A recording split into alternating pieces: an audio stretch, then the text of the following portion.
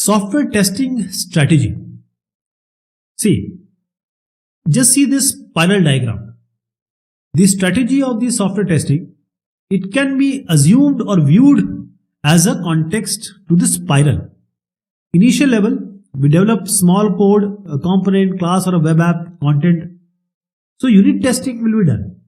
So unit testing is the basic testing, begins at the vertex of the spiral, and it will concentrate and focus on each unit of the software as implemented in the source code. So we are checking here for the small component. Now it goes outward, from the vertex outward. So this goes to integration testing. Now the code component has been tested, they are combined and they are tested. So this is integration testing. So this focus is on design and the construction of the software architecture. So here the integration testing is done with respect to the design and the software architecture.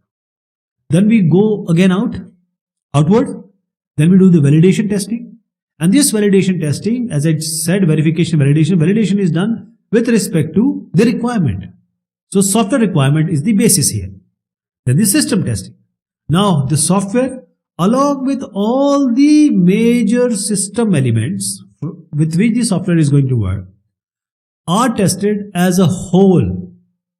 So testing in software engineering is series of these 4 steps implemented sequentially.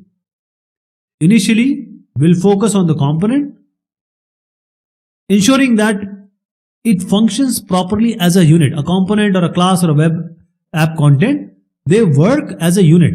That is why the name is called as unit testing. I hope you got the idea. Because a unit is a small component, so when this component work as a unit, this one component, unit testing.